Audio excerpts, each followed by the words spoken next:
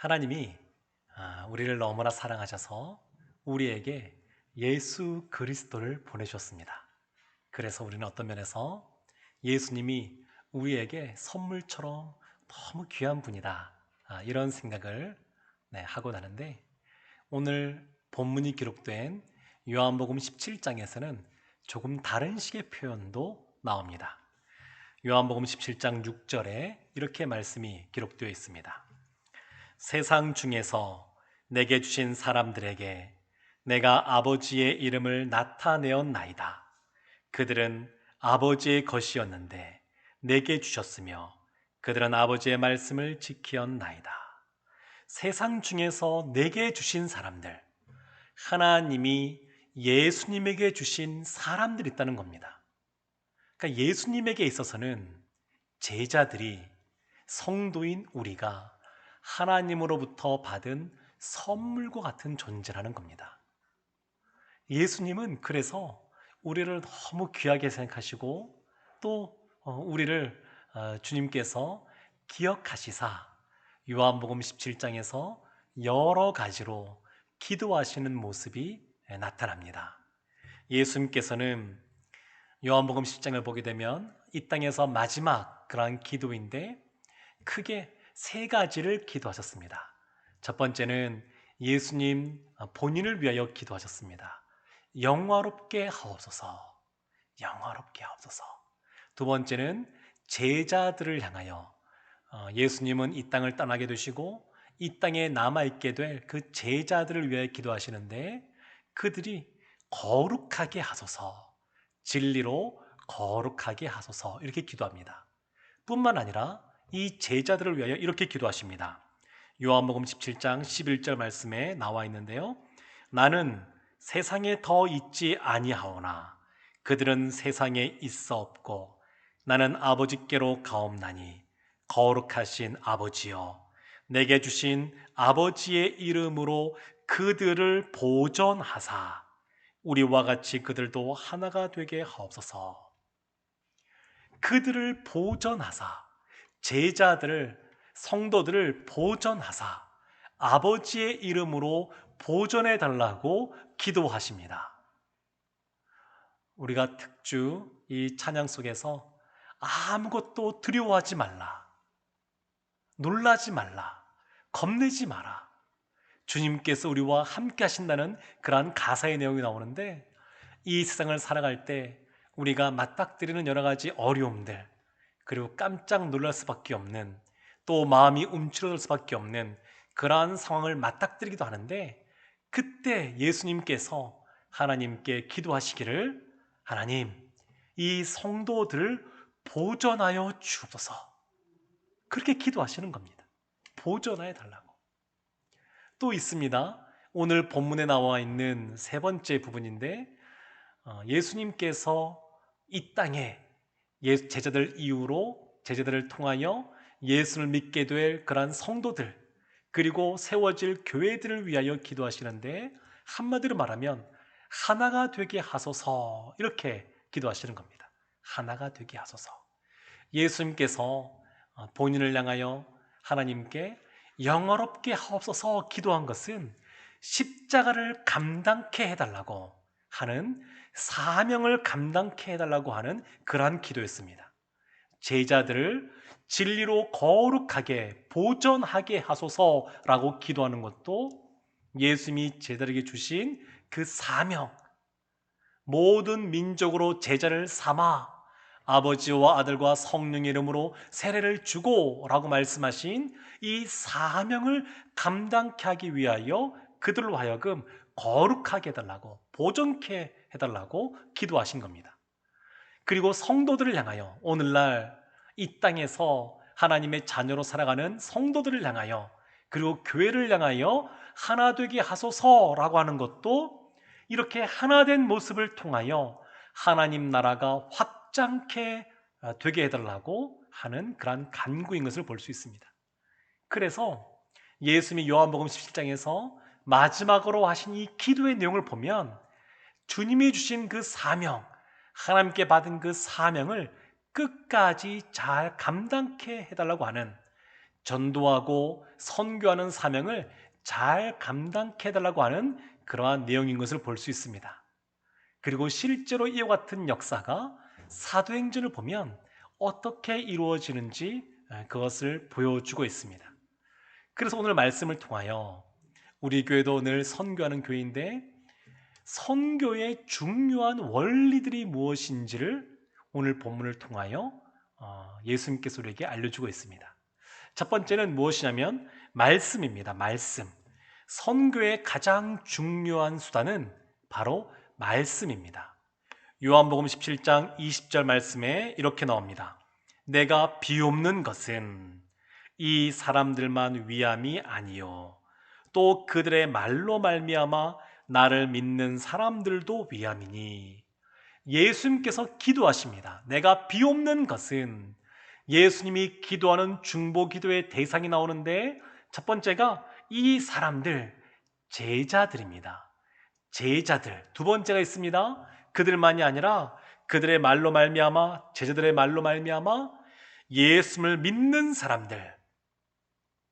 우리가 높은 산에 올라가게 되면 저 멀리까지 또 잘 보입니다. 서리풀 여기 위에 올라가도 또 서울 끝에까지 이 산에 가려서 그렇지 끝에까지 잘 이렇게 보이는 부분들이 있습니다.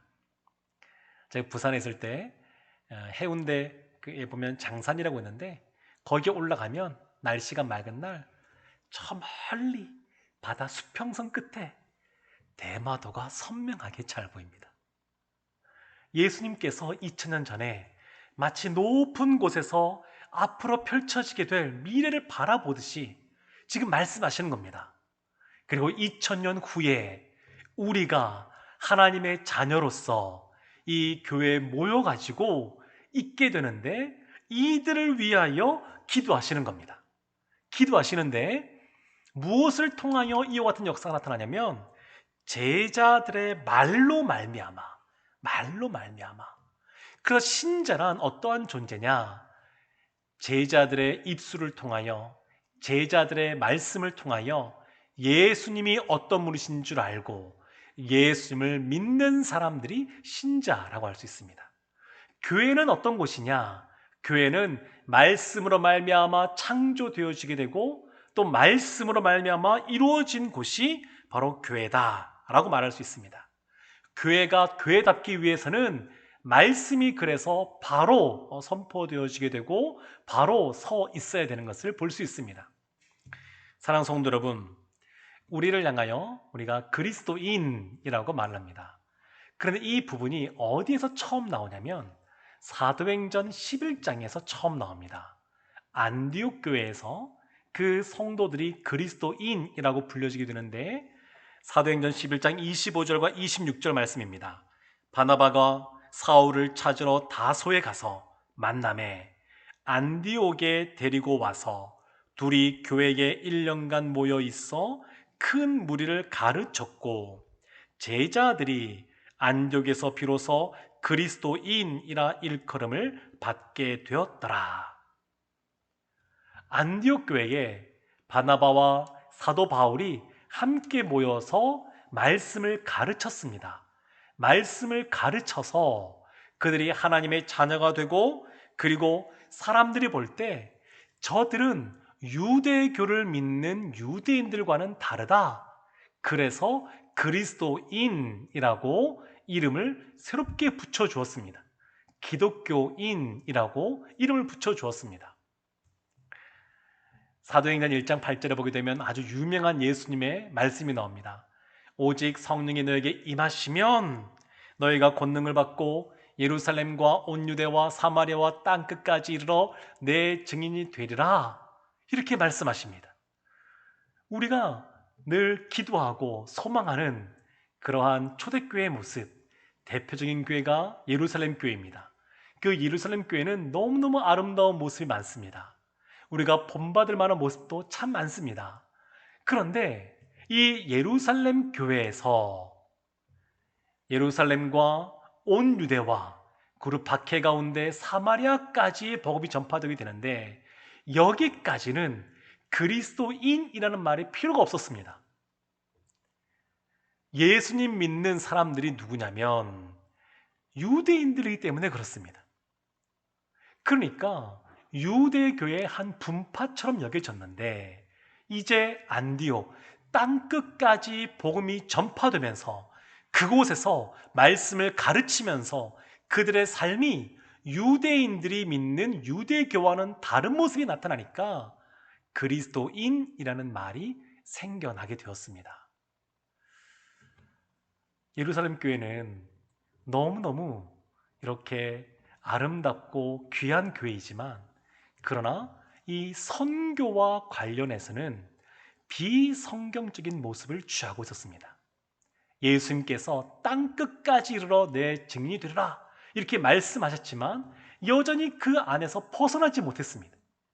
그 안에 전도되어지고 흥원케 되는 역사가 많이 나타났지만 그러나 선교와 관련해서는 예수님 말씀을 깨닫지 못하고 말씀대로 순종하지 않는 모습이 예루살렘 교회에 있었습니다. 이 땅에 존재하는 모든 교회, 하나님 보시기에 완벽한 교회가 없습니다. 이 땅에 있는 지상의 교회는 다 부족한 부분들이 있습니다. 그래서 우리도 늘 보다 성경적으로 하나님이 원하시는, 하나님이 기뻐하시는, 하나님께 영광을 돌려드리는 그러한 교회가 되도록 늘 말씀으로 돌아가야 됩니다.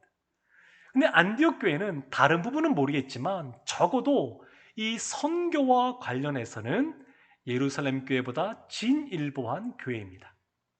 예수님이 말씀하신 대로 순종하는 그런 교회였습니다. 그래서 사도행전 13장에 가게 되면 이 바나바와 이 바울을 선교사로 파송하는 그런 교회가 안디옥 교회가 되었습니다. 사랑하는 성도 여러분, 교회에 여러 가지 섬김의 모습들이 있습니다. 우리도 2021년 새해를 시작하면서 여러 그러한 부서와 또한 그러한 또 곳곳에서 또 봉사하시는 우리 성도님들이 세워졌습니다. 교회에서 하는 모든 일들은 다 주님의 일입니다. 다 귀합니다. 어떤 것 하나 귀하지 않은 것이 없습니다. 다 귀합니다. 그리고 우리는 어떤 것도 다 섬길 수 있는 그러한 자세가 다 되어 있어야 됩니다. 그렇지만 특별히 우리가 유념해 봐야 될 것이 있습니다. 사도행전에 보게 되면 이 교회가 예루살렘 교회가 부흥할 때에 한 번에 3,000명, 5,000명이 모여들면서 크게 부흥할 때에 그 안에 구제하는 것과 관련하여 어려움들이 생겼습니다. 누구를 먼저 구제할 거냐, 어떻게 할 거냐. 그래서 예루살렘 교회에서 행한 것이 뭐냐면 성령 충만하고 하나님과 사람들에게 인정받는 사람 7 집사님을 세웠습니다. 그래서 스데반, 빌립을 비롯한 이런 집사님들을 세웠습니다. 근데 한번 가만히 한번 기억을 더듬어 보십시오. 스데반이 한 일이 무엇이 있는가? 빌립 집사님이 한 일이 무엇이 있는가? 물론 그들은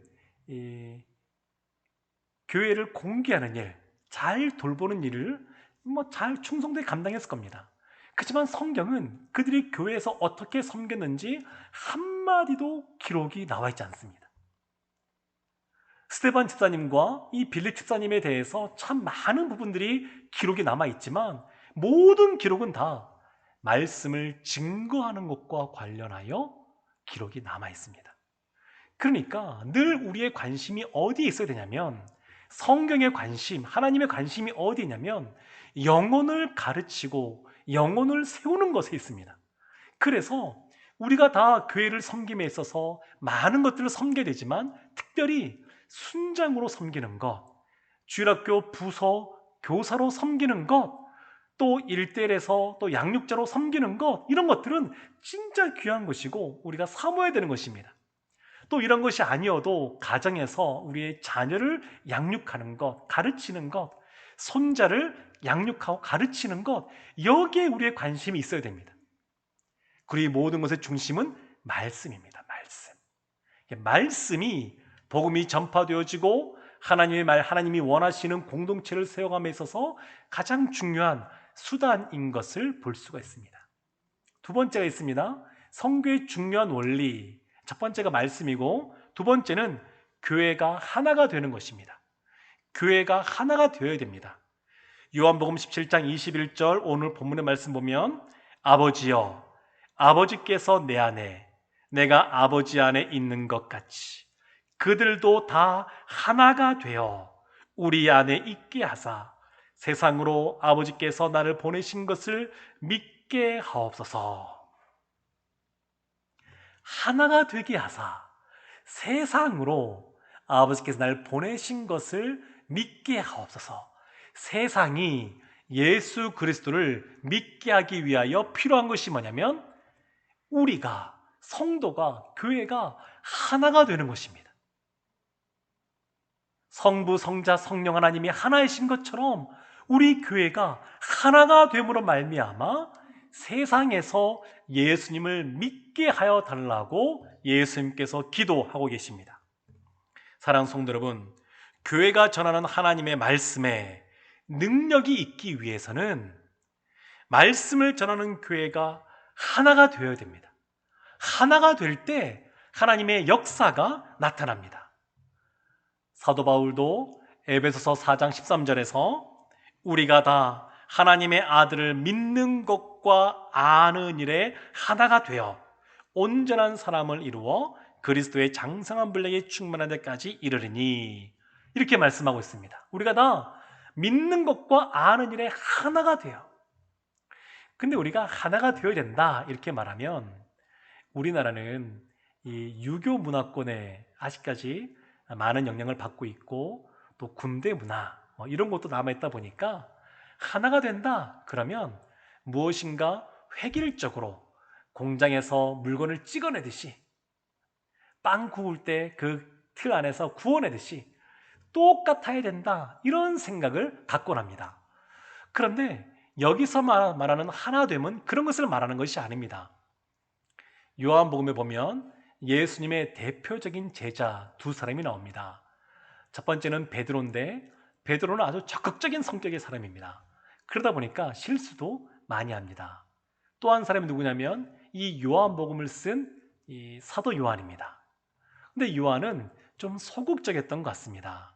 그렇지만 하나 예수님의 말씀을 아주 명석하게 잘 깨닫는 사람이 이 요한입니다. 성향이 다릅니다. 다른 모습입니다. 그러나 요한복음은 이 베드로도 인정하고 이 요한도 인정하고 있습니다. 주님께서는 다른 성향의 이 제자들을 다 인정하고 있습니다.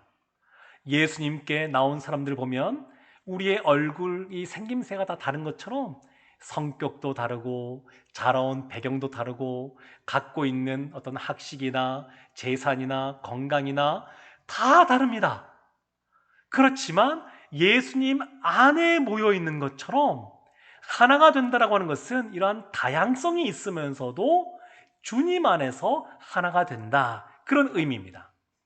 삼위일체 하나님, 그 하나님이 하나인 것처럼 이들도 하나가 되게 하여 주소서라고 예수님께서 기도하는데, 성부, 성자, 성령 하나님은 존재론적으로 한 분이십니다.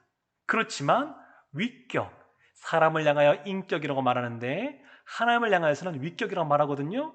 이 세 위격은 하는 사역도 다르고 모양도 다릅니다. 그렇지만 그 방향, 목적은 분명합니다. 다 하나입니다. 그러니까 하나님은 우리가 이러한 예수 그리스도 안에서 다양성을 가지고 있지만 성령 안에서 하나가 될 것을 말씀하고 있습니다. 요한복음 1장 3절에 이렇게 나와 있습니다. 우리가 보고 들은 바를 너희에게도 전함은 너희로 우리와 사귐이 있게 하려 함이니 우리의 사귐은 아버지와 그의 아들 예수 그리스도와 더불어 누림이라. 우리가 보고 들은 바를 너희에게도 전함은, 전도하는 목적이 뭐냐? 너희로 우리와 사귐이 있게 하려 함이니, 사귐이 있기 원한다 이렇게 말을 합니다. 전도함에 있어서 목표가 있습니다. 그것은 그 영혼이 예수님을 믿고 구원받는 겁니다. 그런데 구원받는 것은 중간 목표라고 할 수 있습니다. 이것이 최종 목표가 아닙니다. 우리는 이미 예수를 믿는 하나님의 자녀인 줄로 믿습니다. 우린 이미 다 구원받은 사람들입니다. 그런데 우리에게 다시 복음이 들려져야 될 그러한 이유가 있고 또 목표가 있는데, 그것은 주님 안에서 진정한 사귐을 누리는 것입니다. 요한 1서는 그것을 말하고 있습니다. 전도의 중간 목표가 구원이지만 최종적인 목적이 있는데 그것은 사귐입니다. 우리가 구원받아서 그걸로 끝나는 것이 아니라 하나님과 더불어 사귀는 것처럼 이 땅에서 성도들도 사귀기를 원합니다. 어떻게 우리가 주님 안에서 하나가 될 수 있느냐? 나도 예수님 안에 거하고 상대방도 예수님 안에 거해야 예수님 안에서 하나 된 사귐을 누릴 수 있는데, 우리가 어떻게 이러한 사귐을 누릴 수 있느냐? 이 사귐이란 단어가 헬라어로 코이노니아라는 단어입니다. 근데 코이노니아는 참 여러 가지로 번역이 되어 있습니다. 사도신경에 보게 되면 성도가 서로 교통하는 것과 이렇게 나오는데, 이 성도의 교통도 코이노니아라는 단어로 쓰여져 있고, 축도 마지막에 고린도후서 13장 13절 말씀이 나오는 이 성령의 교통하심이라고 할 때 성령의 교통도 코이노니아입니다. 그리고 요한일서 1장 3절에 나오는 여기 사귐도 코이노니아입니다.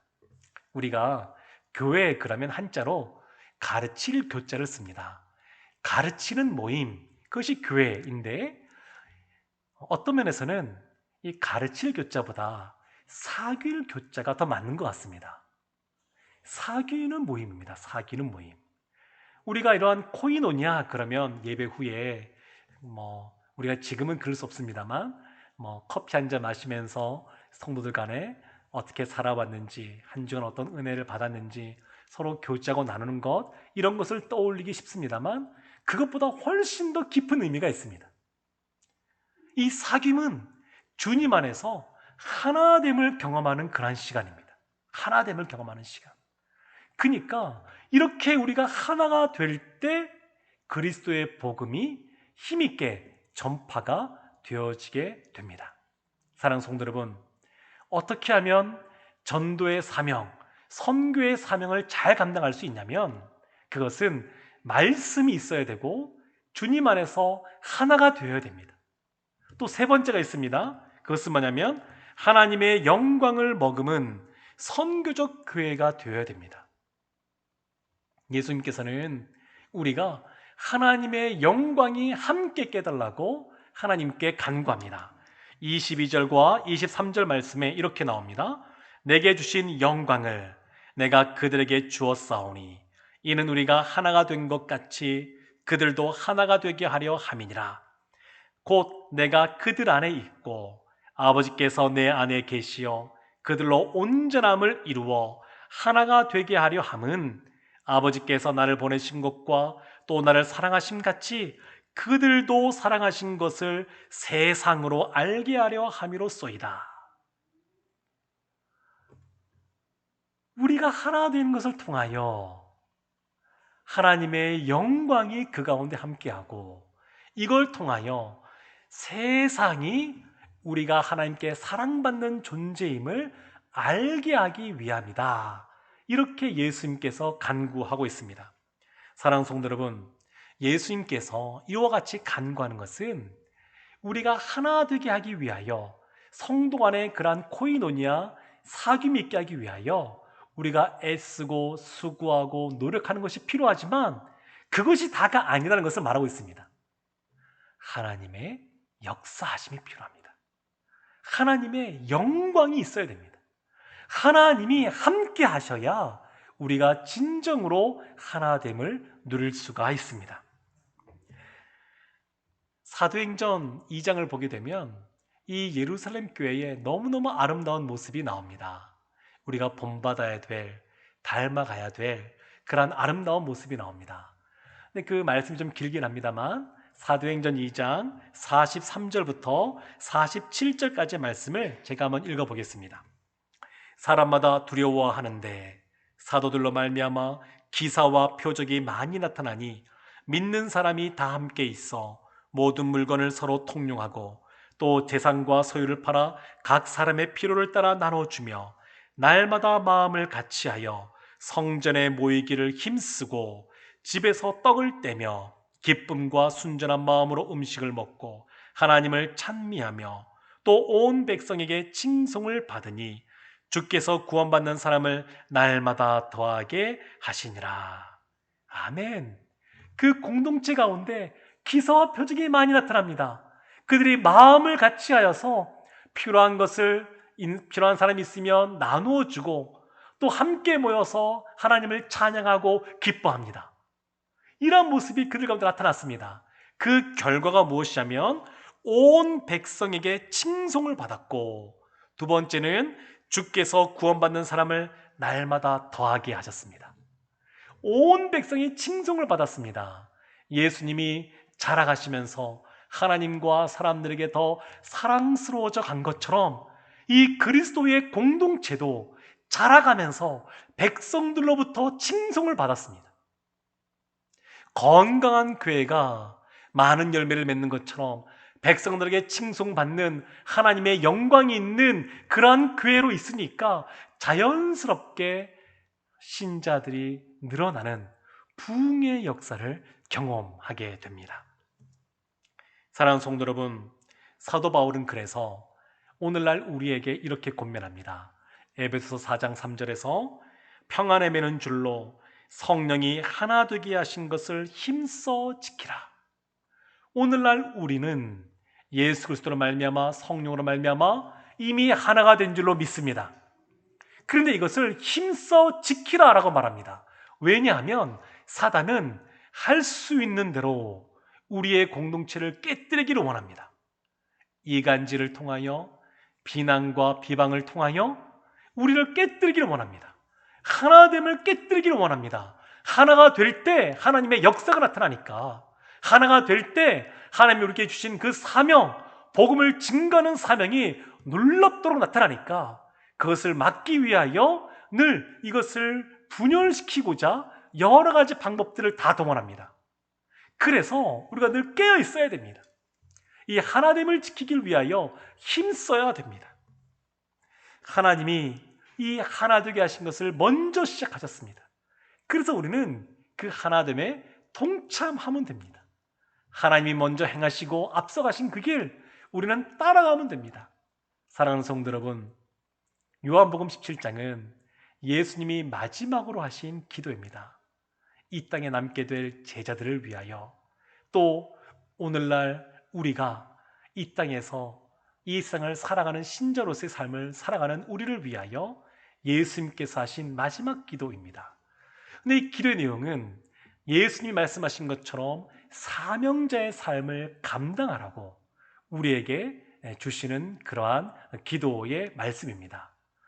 그래서 우리가 이와 같이 예수님의 기도로 말미암아 우리가 이 세상을 신자로서 든든하게 살아가게 되는 줄로 믿습니다.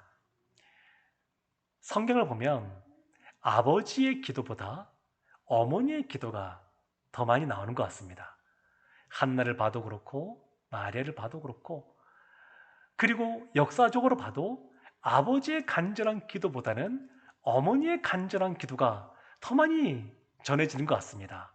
어거스틴의 어머니 모니카와 같은 그런 기도, 그리고 실제로 보면 우리 아버지들보다 우리 어머니들이 더 간절하게 그냥 자녀들을 위하여, 또 자녀들의 앞길을 위하여 그냥 간절히 기도하는 모습을 많이 볼 수 있습니다.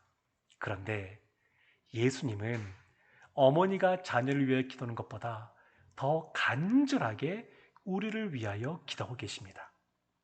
지금도 하나님 보좌 우편에서 우리를 위하여 기도하고 계십니다. 성령께서 말할 수 없는 탄식으로 우리를 위하여 기도하고 계십니다.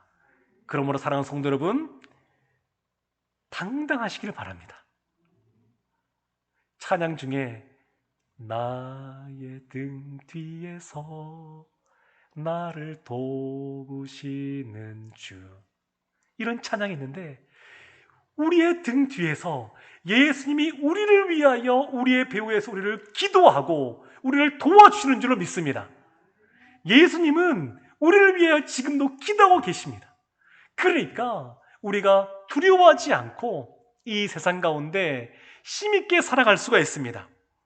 예수님의 기도가 우리를 보호하고 있습니다.